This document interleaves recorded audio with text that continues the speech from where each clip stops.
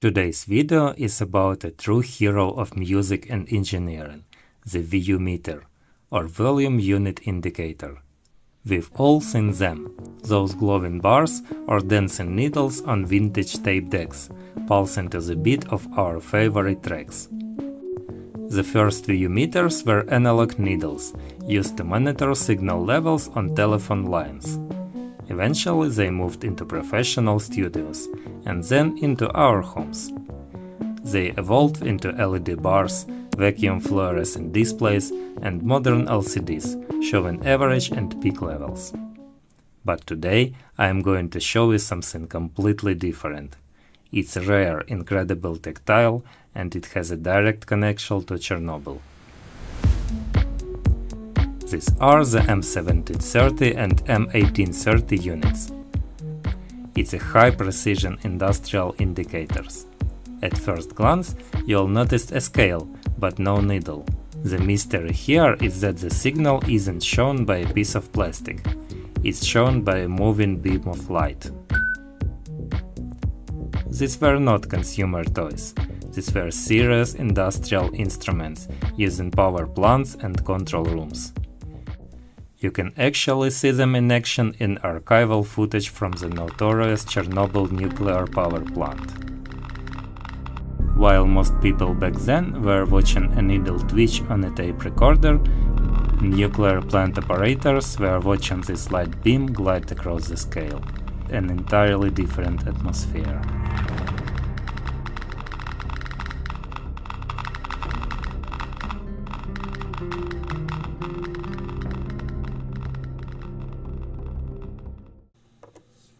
So how does it work?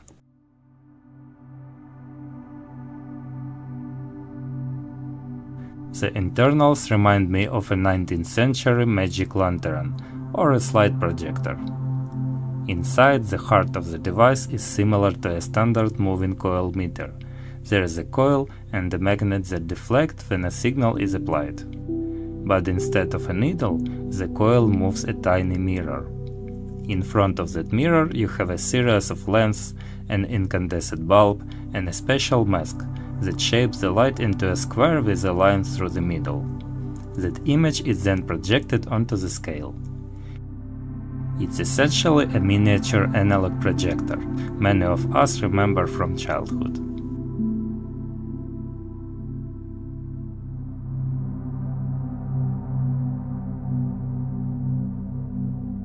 Even though these units are new old stock and even came with spare bulbs, 2 out of the 3 were dead on arrival.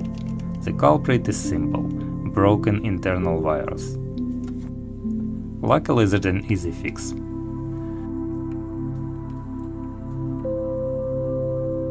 While soldering the first contact, I got a tiny purple magic smoke. If you've ever taken apart old industrial or military gear, you've probably seen this colorful lacquer on the solder joints. And if you ask, why is the solder painted? The answer is simple: quality control. In the factory, after a technician soldered a joint, they marked it with this lacquer to show it had been inspected. It's a visual paper trail to ensure nothing was missed on an assembly line.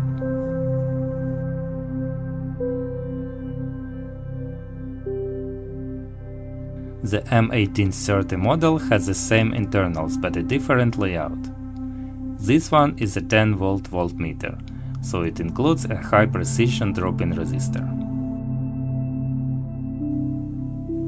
To get this working, we can use 4 pins on the connector, 2 for the bulb power supply and 2 for the measurement signal. The needle, actually the light beam, reaches full deflection at just 75 mV. To turn this into a functional VU meter for a modern setup, I had to design a custom driver circuit that works with a standard line-level audio output. I've breadboarded a few functional blocks here. The amplifier built around the classic TDA2822 chip. It boosts the audio signal to about 2.5 volts. This signal comes to the rectifier and smoothing filter to convert AC audio into a DC signal the meter can read. The whole thing ran off a single 6-volt source, powering both the light bulb and the chip.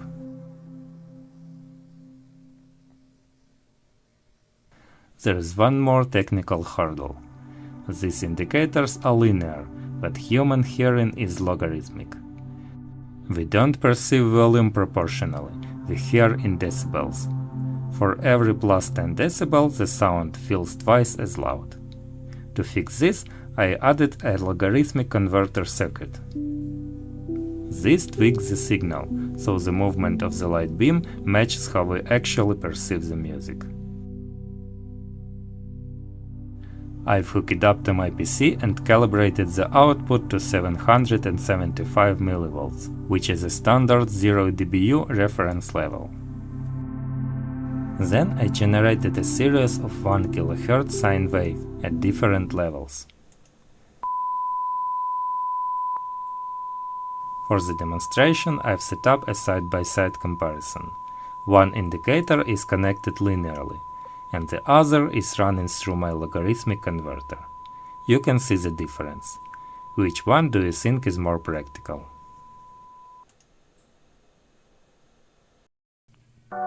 So I decided to give this industrial relic a second life. I'm swapping out the original scale. To get started, I'll remove the front bezel and glass, which are held in place by these small screws. Next, the metal scale plate comes off. It's secured by 2 smaller screws.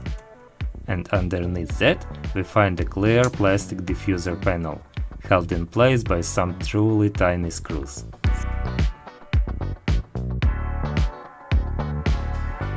I've designed and printed a new scale, calibrated in decibels based on my measurements.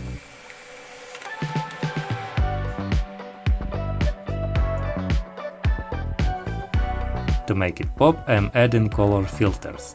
Some versions of this device actually had a movable strip with red and green filters, and even a limit alarm using photoresistor at the edges of the scale. When the light beam hits the limit, the photoresistor made a signal to the control circuitry. I am going for a simpler DIY approach: green and red transparent tape at the ends of the scale.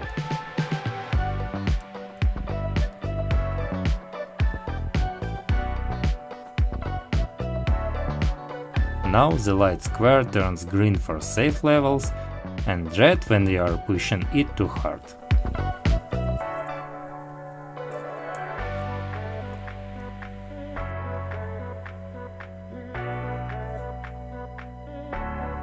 Now it's not just a museum piece, it looks like a functional piece of test gear. The result is an unique, vintage and incredibly beautiful level indicator. It's a perfect intersection of science, engineering and art.